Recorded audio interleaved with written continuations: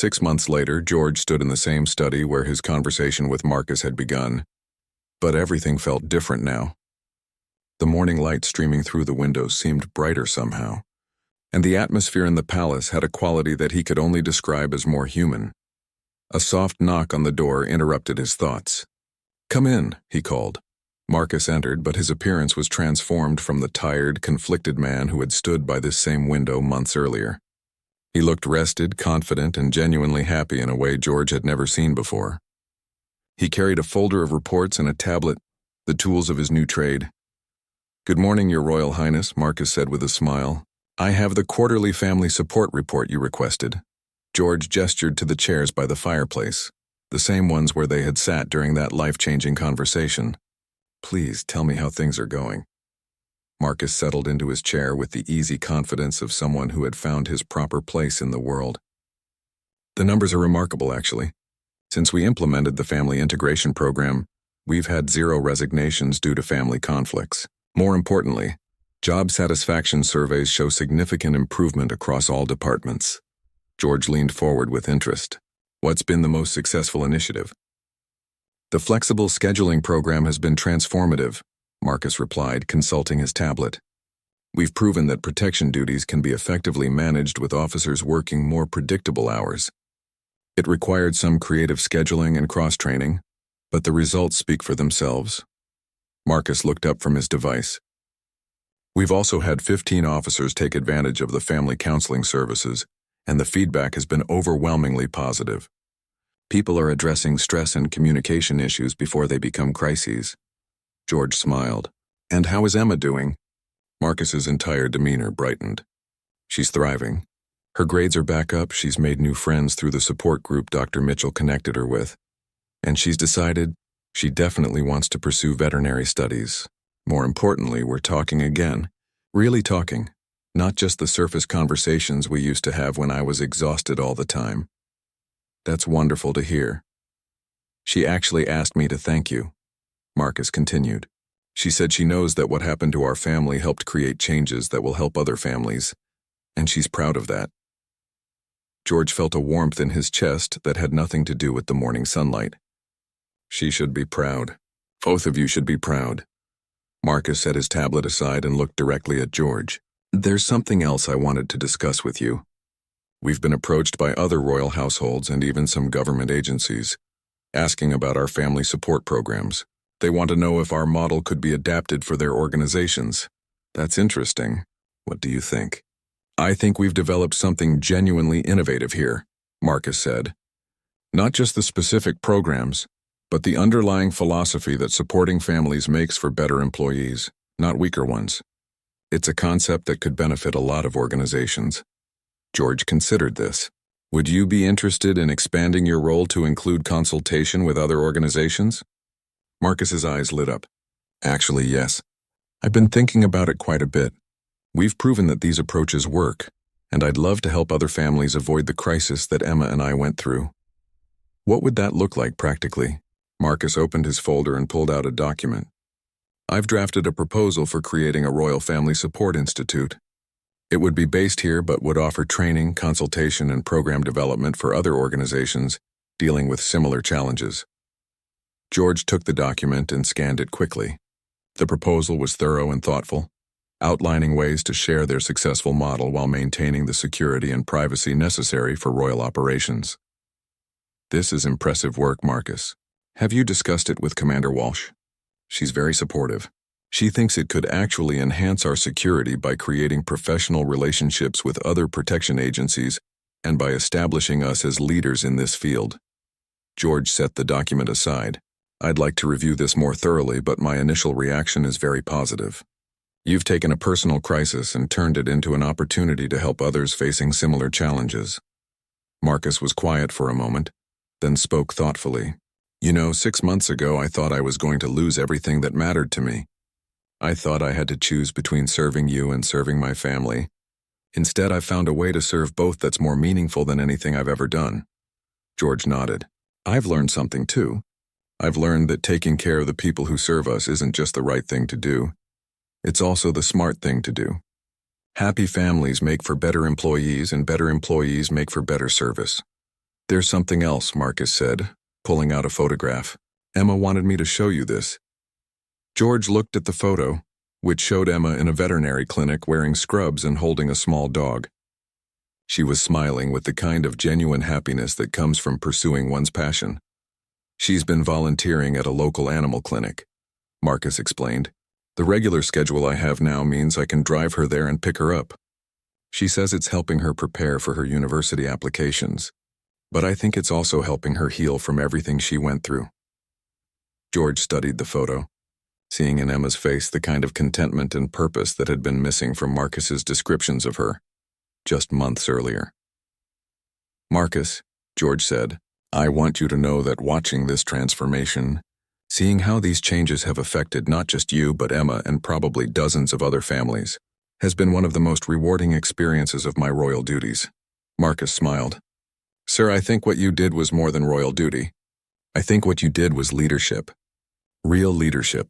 The kind that looks at individual human stories and finds ways to make systemic changes that help everyone. George felt the weight of that compliment. I hope so. I hope we've created something that will last beyond any individual circumstances. I think we have, Marcus replied. The programs are now built into the royal household's standard operations. Future officers will benefit from family support services as a normal part of their employment, not as an emergency intervention.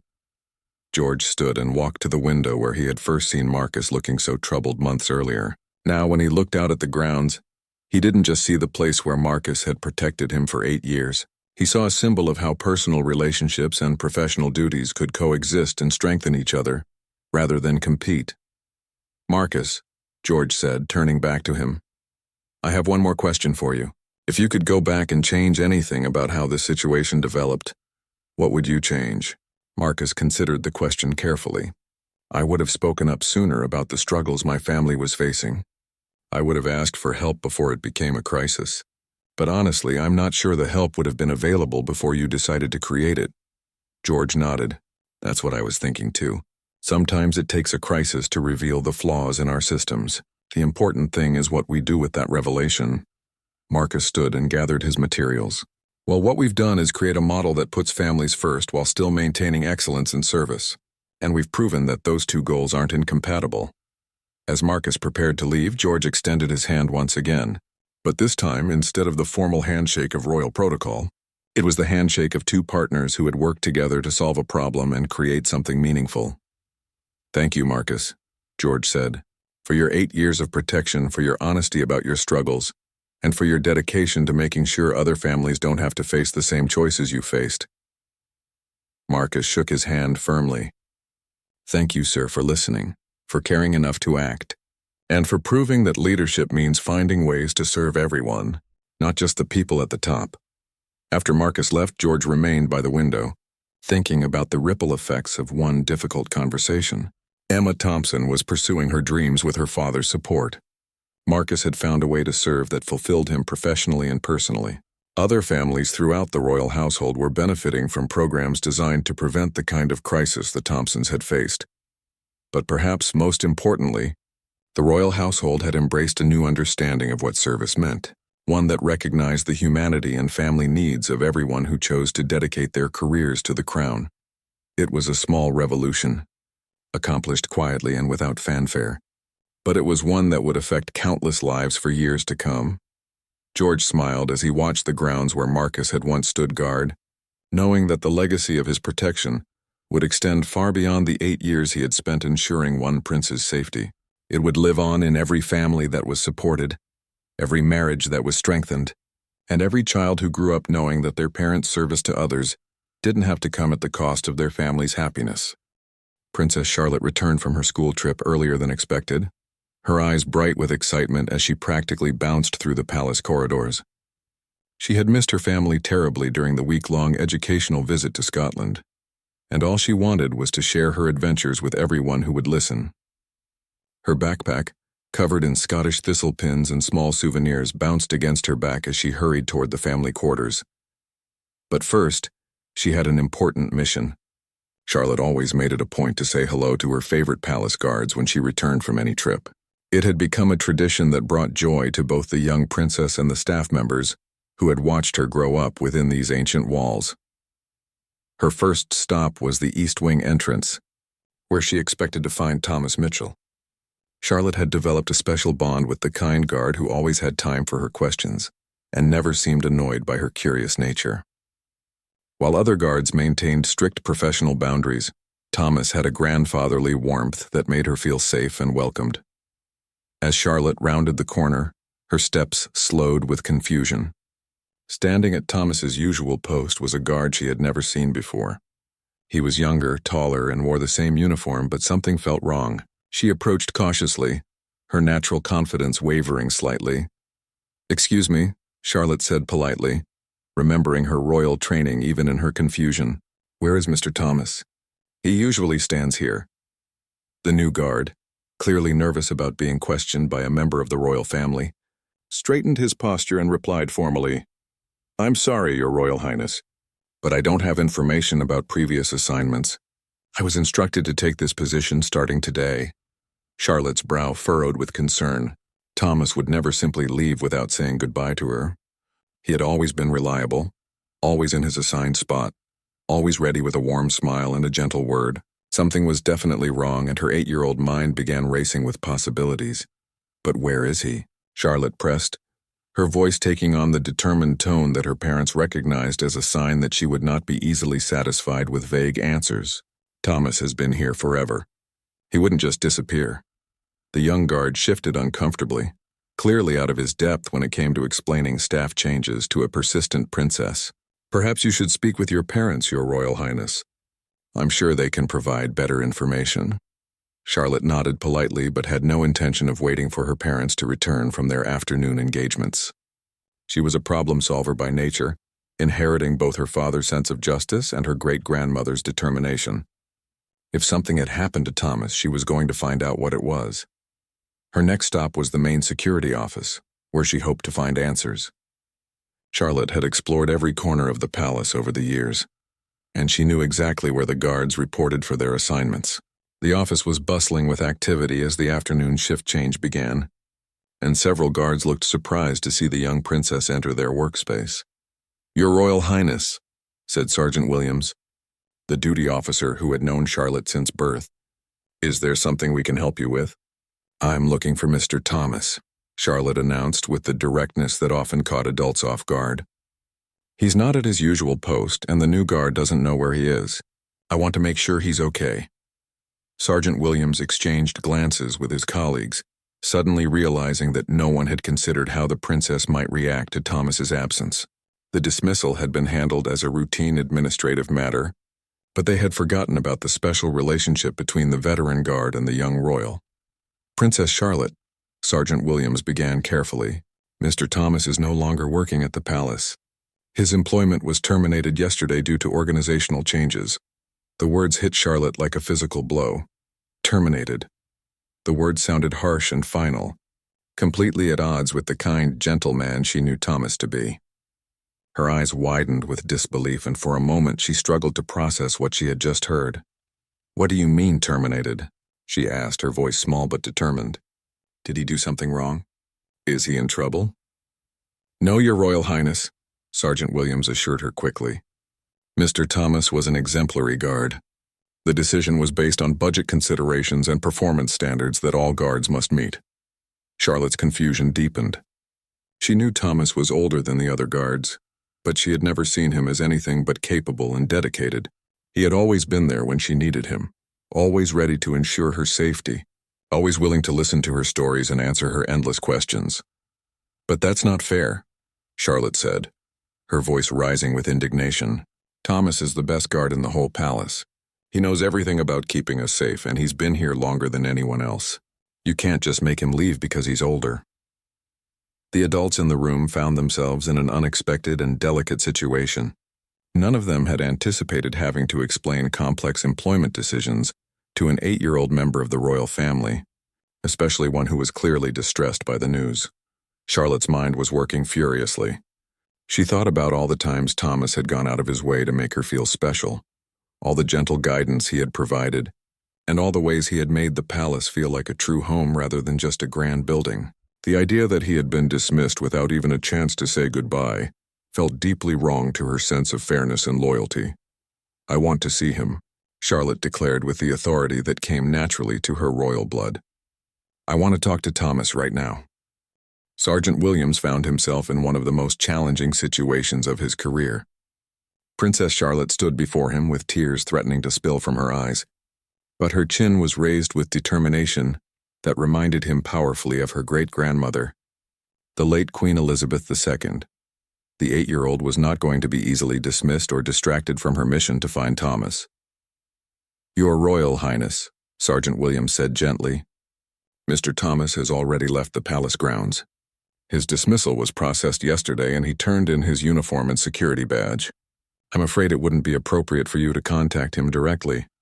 Charlotte's eyes flashed with the kind of righteous anger that only children can display when faced with injustice. "Inappropriate? Thomas has been protecting our family for over 20 years. How is it inappropriate for me to thank him for his service?" The other guards in the office exchanged uncomfortable glances. They all knew and respected Thomas, and many of them privately disagreed with the decision to dismiss him. His experience and dedication were legendary among the palace security staff, and his gentle nature had made him beloved by everyone from senior staff to kitchen workers. "Please, Your Royal Highness," Sergeant Williams tried again, "perhaps you should discuss this matter with your parents when they return this evening."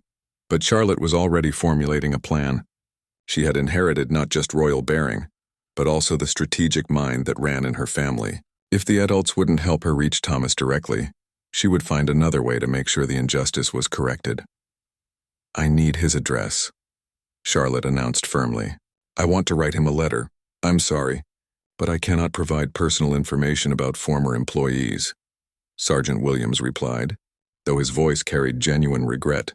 Charlotte studied the faces around her, reading the expressions of men and women who had served alongside Thomas for years. She could see the sympathy in their eyes, the discomfort with the situation, and the genuine sadness at losing a respected colleague. "You all liked him too, didn't you?" she asked quietly. "You don't think this is fair either." The silence that followed was answer enough. Several guards looked down at their shoes, while others shifted uncomfortably. They were trained to follow orders and maintain professional boundaries, but they were also human beings who recognized injustice when they saw it. Charlotte turned and left the security office with purposeful strides, her mind racing with possibilities. She might be only 8 years old, but she had grown up in a world where she had learned to navigate complex social situations and understand the subtle dynamics of power and influence. Her next destination was the palace administrative offices, where she hoped to find more concrete information about Thomas's situation. As she walked through the corridors, Charlotte passed portraits of her ancestors, each one seeming to watch her with approval for standing up for someone who couldn't stand up for himself. The administrative wing was quieter than the security office, with staff members focused on their computer screens and paperwork. Charlotte approached the main reception desk where Mrs. Henderson, a kind woman who had worked at the palace for 15 years, looked up with surprise. "Princess Charlotte, what brings you to our humble offices today?" "I need to know about Mr. Thomas Mitchell," Charlotte said without preamble. "He was dismissed from his guard position yesterday, and I think there's been a terrible mistake." Mrs. Henderson's expression grew serious. She had processed Thomas's dismissal paperwork personally and had felt uncomfortable about the entire situation. Like many long-term palace employees, she believed that loyalty and experience should count for more than they apparently did in modern administrative decisions. "I'm sorry, Princess, but personnel matters are confidential. I can't discuss employee information, even with members of the royal family." Charlotte's frustration was growing, but she remained polite and determined. "Mrs. Henderson, you've known me since I was a baby. You know I'm not asking out of curiosity. Mr. Thomas has been like family to me, and I just want to make sure he's okay." The sincerity in the young princess's voice was heartbreaking. Mrs. Henderson found herself torn between professional protocols and her own sense of compassion. She had watched Charlotte grow up, had seen the special bond between the princess and the veteran guard, and she understood why this dismissal felt like a personal betrayal to the child. "I understand your concern, dear," Mrs. Henderson said softly, "but there are rules I must follow. However, I can tell you that Mr. Thomas received all the compensation and benefits he was entitled to according to his contract. But what about what he deserved? Charlotte asked, her voice carrying wisdom beyond her years. What about kindness and respect for all the years he protected us? What about saying thank you properly? Mrs. Henderson felt her resolve weakening. The princess was asking the same questions that had been troubling her own conscience since processing the dismissal. Thomas Mitchell had been a model employee who deserved better treatment than a cold administrative dismissal. Charlotte sensed the woman's internal conflict and pressed her advantage. If you can't tell me where he lives, can you at least tell me if there's any way to reverse the decision? Is there someone higher up who could review his case? Mrs. Henderson glanced around the office, making sure no supervisors were within earshot. Technically, any employment decision can be reviewed by the Palace Personnel Committee, but such reviews are typically only initiated by senior management or in cases of obvious procedural errors. Charlotte's eyes lit up with hope. So there is a way to help him. In theory, yes, Mrs. Henderson admitted reluctantly, but it would require someone with significant authority to request the review and present compelling reasons for reconsideration. A slow smile spread across Charlotte's face as a plan began to form in her mind. She might not have official authority, but she had something potentially more powerful. She was Princess Charlotte, and she had access to people who did have the authority to make changes. Thank you, Mrs. Henderson, Charlotte said formally. You've been very helpful. As the princess left the administrative office, Mrs. Henderson couldn't shake the feeling that she had just witnessed the beginning of something significant. The determined look in Charlotte's eyes suggested that Thomas Mitchell's dismissal was far from the final chapter of this story. Charlotte knew that if she was going to help Thomas, she needed to build a strong case and gather support from people who mattered. Her 8 years of life in the palace had taught her valuable lessons about how things really worked behind the formal protocols and ceremonies. She understood that while she was a princess, she was still a child, and adults would be more likely to listen if she approached the situation strategically. Her first stop was the kitchen, where she hoped to find Mary Sullivan, the head cook who had been at the palace for nearly 30 years. Mary had a reputation for speaking her mind and caring deeply about all the staff members, regardless of their position in the palace hierarchy. If anyone would support Thomas, it would be Mary. The kitchen was busy with preparations for the evening meal, but Mary looked up with a warm smile when Charlotte entered.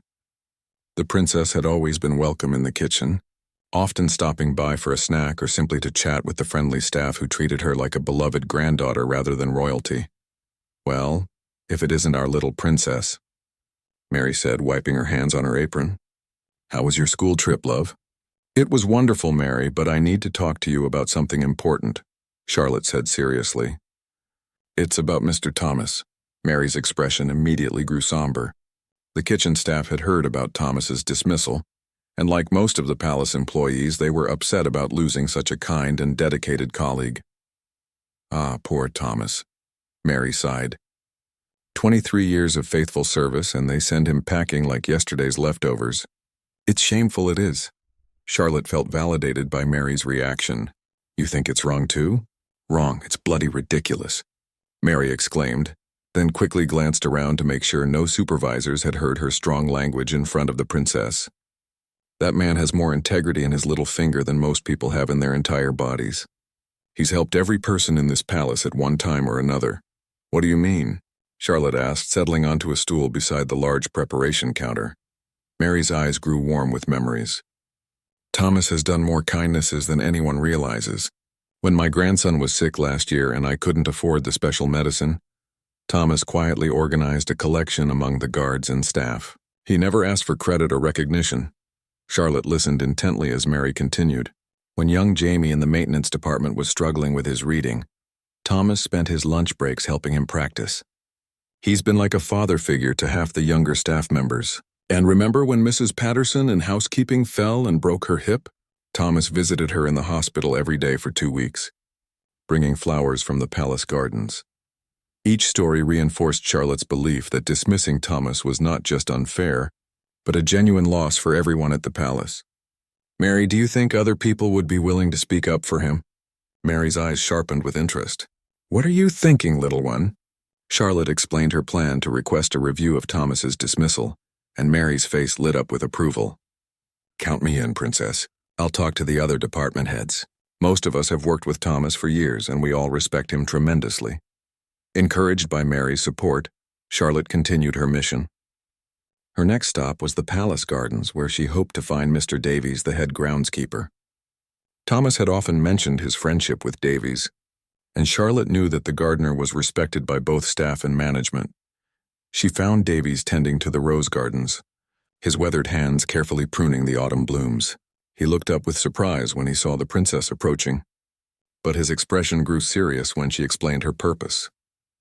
"Princess Charlotte," Davies said thoughtfully, "Thomas Mitchell is one of the finest men I've ever known. We've been friends for over 15 years, and I can tell you that his dismissal has nothing to do with his character or his dedication." "Then what does it have to do with?" Charlotte asked. Davies glanced around to ensure they were alone, then spoke quietly.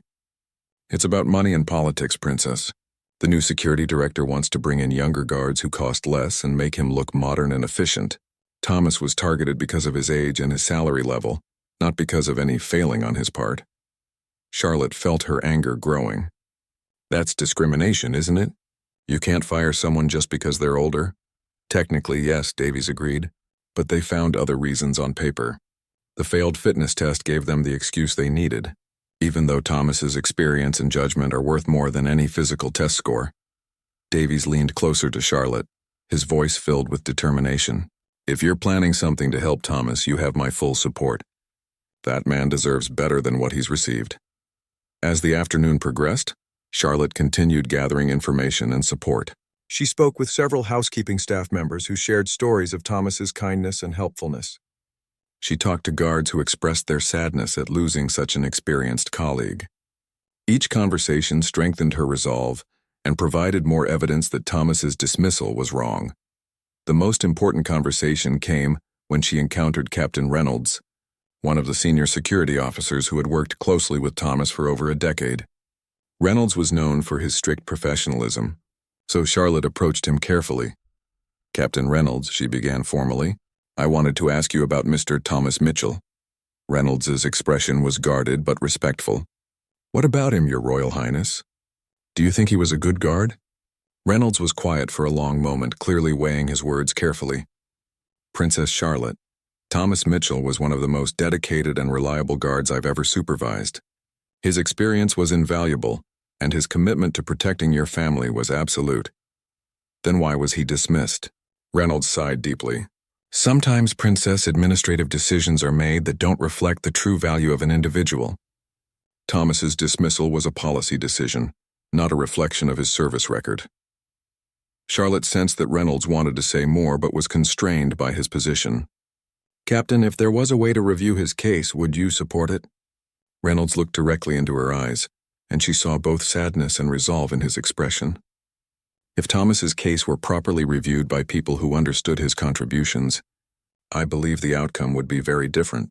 By evening, Charlotte had gathered an impressive coalition of supporters and a collection of stories that painted a clear picture of Thomas Mitchell as an exceptional employee who had been wrongly dismissed. Now she needed to figure out how to present this information to someone with the power to make a difference.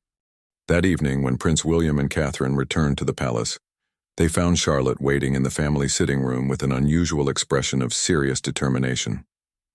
She had spent the entire afternoon gathering information, and now she was ready to present her case to the people who had the real power to help Thomas. "Mummy, Daddy," Charlotte began formally, using the tone she reserved for truly important matters, "I need to discuss something very serious with you." Catherine and William exchanged glances, recognizing their daughter's most earnest demeanor. They had learned to take Charlotte seriously when she adopted this particular approach, as it usually meant she had discovered something significant or had developed strong feelings about an issue. "Of course. Darling," Catherine said, settling beside her daughter. "What's troubling you?" Charlotte took a deep breath and launched into her carefully prepared explanation. She told them about returning from school and discovering Thomas's absence, about learning of his dismissal, and about spending the afternoon investigating the circumstances. She spoke with remarkable clarity for an 8-year-old, presenting the facts she had gathered and the testimonials she had collected from palace staff. "Thomas has been protecting our family since before George was born," Charlotte continued. her voice growing more passionate. "He's never missed a day of work. He's never done anything wrong, and everyone at the palace respects him. They dismissed him because he's 55 years old and because he was a few seconds too slow on a fitness test, but that's not fair. Experience and wisdom should count for something." William found himself genuinely impressed by his daughter's investigation and advocacy. "Charlotte, you've clearly put a lot of thought and effort into understanding this situation." "It's not just about understanding it, Daddy," Charlotte replied firmly. "It's about fixing it. Mrs. Henderson told me that employment decisions can be reviewed by the Palace Personnel Committee if someone with authority requests it." "You have authority, don't you?" Catherine smiled at her daughter's directness. "Yes, we do have some influence over palace staffing decisions. But there are procedures and protocols that must be followed." Charlotte had anticipated this response. "I know about procedures, Mummy. But sometimes procedures can be wrong, can't they? Sometimes they need to be changed when they hurt good people." She pulled out a small notebook where she had carefully written down all the stories she had collected about Thomas's kindness and dedication. Reading from her notes, she shared Mary's account of Thomas organizing financial help for her sick grandson, Davies's description of his friendship and reliability, and Captain Reynolds's professional assessment of his value as a guard. "Everyone who works with Thomas says the same thing," Charlotte concluded. "He's not just a good guard. He's a good person who makes the palace a better place for everyone. Losing him makes us all poorer, not richer." William was struck by his daughter's mature understanding of the situation and her genuine compassion for someone who had shown her kindness over the years. He thought about the many times he had observed Thomas's gentle interactions with his children, always professional but warm, always patient with their questions and curiosity. "Charlotte," William said carefully, "even if we agree that Thomas was treated unfairly, reversing an employment decision isn't simple. There would need to be compelling evidence of procedural errors or exceptional circumstances." "But there are exceptional circumstances," Charlotte exclaimed. "The exceptional circumstance is that Thomas is exceptional. Daddy, you always tell us that loyalty and service should be rewarded, not punished. How can we expect people to dedicate their lives to protecting our family if we throw them away the moment they get older?" Catherine was moved by her daughter's passion and logic. "What exactly are you asking us to do, sweetheart?" Charlotte's response was immediate and specific. "I want you to request a formal review of Thomas's dismissal. I want you to consider creating a position that values his experience even if he can't pass the same physical tests as younger guards. Maybe he could train new guards or work in palace security planning. And I want him to know that our family appreciates his service and doesn't consider him disposable." The room fell quiet as William and Catherine processed their daughter's request. They were both proud of her advocacy and touched by her loyalty to someone who had been kind to her. At the same time, they understood the complexities of palace administration and the potential complications of intervening in staffing decisions. "Charlotte," William finally said, "you've presented a very compelling case and your concern for Thomas is admirable. Let me make some inquiries tomorrow about the circumstances of his dismissal and whether there are options for review or reconsideration." "Thank you, Daddy," Charlotte said, but her expression remained serious. "But I need you to promise me that you'll really try, not just make polite inquiries that don't lead anywhere. Thomas deserves more than politeness." Catherine reached over and hugged her daughter. "We promise to take this seriously, Charlotte. Your advocacy for Thomas shows the kind of leader you're growing up to be." That night, William made several phone calls to palace administrators, asking pointed questions about Thomas Mitchell's dismissal and the procedures that had been followed. What he learned disturbed him. The dismissal had been rushed through with minimal review, based primarily on the failed fitness test and the new security director's desire to reduce personnel costs.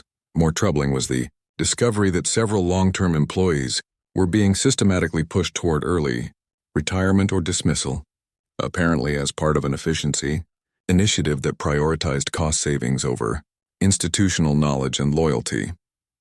William realized that Charlotte had stumbled upon something much larger than one guard's unfair treatment. She had uncovered a pattern of decisions that threatened the very culture of service and dedication that made the palace function effectively. As he prepared for bed, William felt proud of his daughter's moral courage and determined to ensure that her advocacy would lead to meaningful action. Thomas Mitchell's case would be reviewed, But more importantly, the entire approach to personnel management would be examined to prevent future injustices. Charlotte had not just stood up for one man. She had potentially changed the trajectory of how the royal household treated its most loyal employees. The next morning, Prince William arrived at his palace office with unusual determination. His conversation with Charlotte had sparked not just paternal pride, but genuine concern about the direction of palace employment policies. He immediately scheduled meetings with the palace personnel committee, the head of security, and the administrative director who had approved Thomas's dismissal. Meanwhile, Charlotte was not content to wait passively for adult action. She had learned from watching her parents that important changes often required sustained pressure and public support. With the strategic thinking that seemed to come naturally to her, she decided to expand her advocacy beyond the immediate family. Her first stop was a visit to her grandfather, King Charles III, during his morning tea. Charlotte had always enjoyed a special relationship with her grandfather, who appreciated her directness and intelligence. She found him in his private study, reviewing correspondence with his characteristic attention to detail. "Grandpapa," Charlotte said, settling into the chair beside his desk with the familiarity that only beloved grandchildren possess, "I need to talk to you about something important that's happening in our house." King Charles looked up with interest. Charlotte's serious conversations often provided him with insights into palace life that formal reports missed. "Of course, my dear. What's concerning you?" Charlotte explained the situation with Thomas Mitchell, emphasizing not just the unfairness of his dismissal, but the broader implications for how the royal household treated its staff. She spoke about the culture of loyalty and service that Thomas represented and how losing such people weakened the institution itself. "Grandpapa, you always say that the monarchy depends on the dedication of the people who serve it," Charlotte continued. "How can we expect that dedication if we don't show loyalty in return?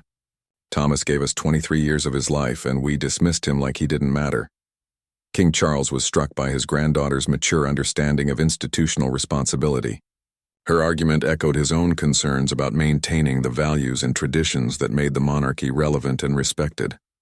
"Charlotte," he said thoughtfully, "you're raising important questions about our responsibilities as employers and as representatives of the crown. These are not simple matters, but they are certainly worthy of serious consideration. Does that mean you'll help?" Charlotte asked directly. "It means I'll ensure that this situation receives the attention it deserves," King Charles replied, "and I'm very proud of you for bringing it to my attention." Armed with her grandfather's support, Charlotte felt confident that adult action would follow. But she wasn't finished with her advocacy. That afternoon, she made an unprecedented decision that would ultimately prove to be the turning point in Thomas's case. Charlotte asked her private secretary to help her compose a formal letter to the Palace Personnel Committee.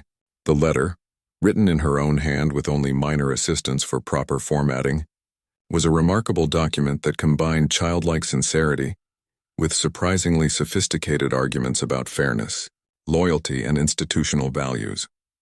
In the letter, Charlotte wrote, "I am writing to ask you to reconsider the dismissal of Mr. Thomas Mitchell. I have known Mr. Thomas since I was very small, and he has always been kind, professional, and dedicated to protecting our family.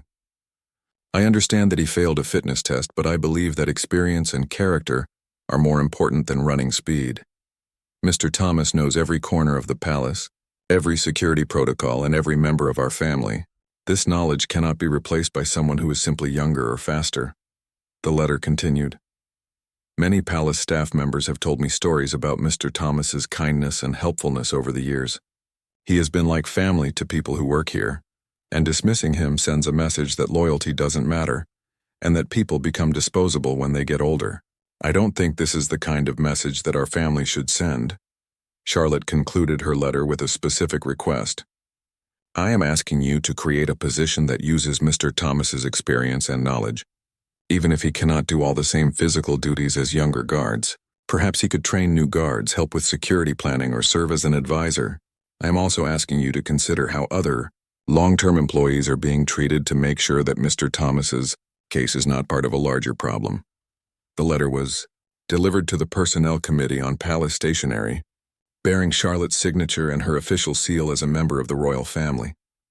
The committee members were astonished to receive such a detailed and thoughtful communication from an 8-year-old princess, and they realized immediately that this was not a matter they could handle quietly or dismiss easily. Within hours of receiving Charlotte's letter, the committee chairman was contacted by Prince William's office, King Charles's private secretary, and several department heads who had heard about the princess's advocacy and wanted to express their own support for Thomas. The committee found itself in an unprecedented situation. A formal request for employment review from a member of the royal family, supported by multiple testimonials from palace staff and backed by concerns raised at the highest levels of the royal household. That evening, Thomas Mitchell received a phone call that changed everything. The Palace Personnel Committee was requesting his presence the following morning for a comprehensive review of his case. The caller, clearly uncomfortable with the unusual circumstances, explained that new information had come to light that warranted reconsideration of his dismissal. Thomas spent that night in disbelief, wondering what could have possibly prompted such an extraordinary reversal. He had accepted his dismissal as final and had been preparing to start a new chapter of his life away from the palace.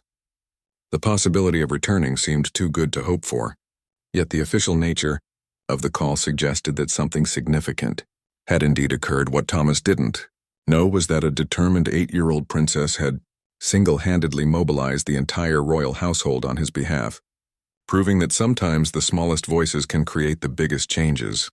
Thomas Mitchell stood outside the palace gates on a crisp autumn morning, wearing his best civilian clothes and carrying a folder containing his service records and testimonials. 3 days ago, he had walked through these same gates for what he thought was the last time. Now he was returning for a meeting that could change his life once again. The Personnel Committee meeting was unlike anything Thomas had experienced in his 23 years of service. Instead of the cold, administrative proceeding he had expected, he found himself in a room filled with people who seemed genuinely interested in his story and his contributions to the palace community. Committee Chairman Sir Robert Hayes began the meeting with an unusual acknowledgement. "Mr. Mitchell, we want to start by expressing our regret that your case was not given the thorough consideration it deserved initially.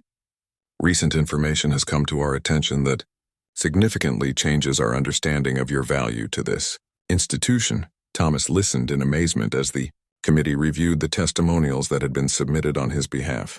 Mary from the kitchen had written about his kindness to struggling staff members. Captain Reynolds had provided a detailed assessment of his professional competence and institutional knowledge. Davies had described his reliability and character. Dozens of palace employees had submitted statements praising his service and expressing sadness at his departure. But the most powerful testimony came from an unexpected source. Sir Robert held up a handwritten letter on official palace stationery. "Mr. Mitchell, we received a formal communication from Princess Charlotte regarding your dismissal. Her letter demonstrates not only her personal regard for you, but also her understanding of the broader implications of how we treat our long-term employees." Thomas felt his eyes fill with tears as Sir Robert read excerpts from Charlotte's letter. The 8-year-old princess had fought for him when he couldn't fight for himself. She had seen the injustice clearly and had refused to accept it quietly. Her intervention had not only saved his job, but had apparently prompted a larger examination of palace employment practices. "Mr. Mitchell," Sir Robert continued, "we are prepared to offer you immediate reinstatement with full seniority and benefits. However, we would also like to discuss a new position that might better utilize your experience and knowledge while accommodating the natural changes that come with a long career in security service."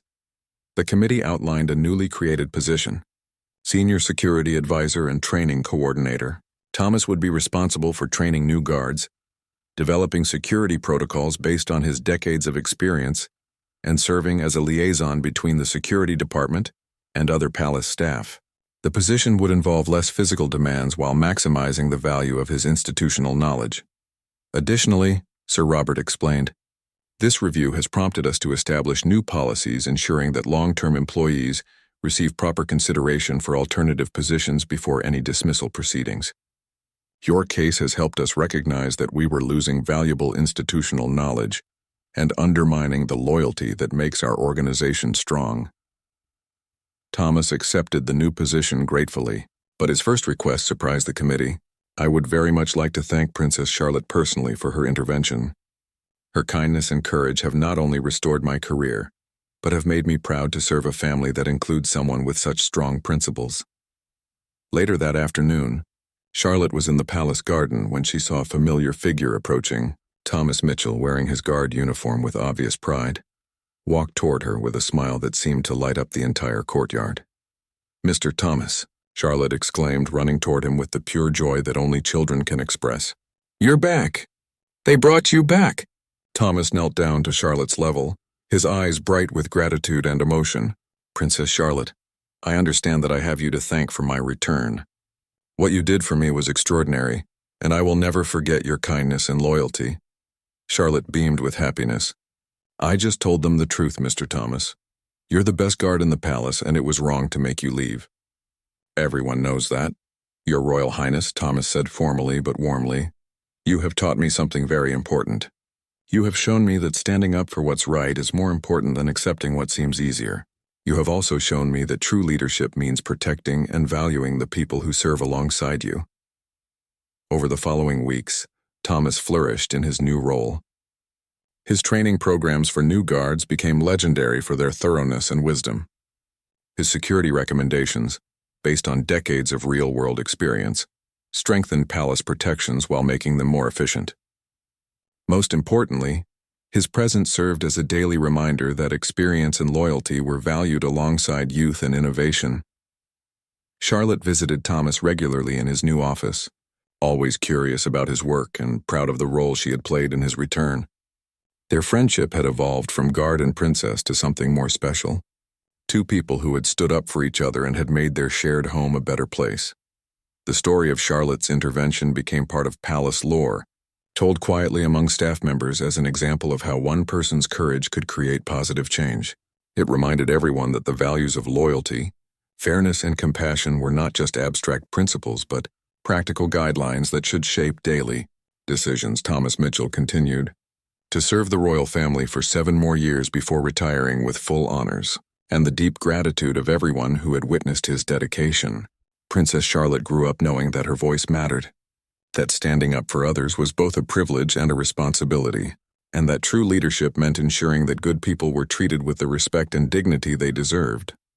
The guard who was about to be dismissed had indeed been saved by Princess Charlotte's intervention, but more than that, both of their lives had been enriched by the experience of standing up for what was right and discovering the power of loyalty, courage, and compassion in action.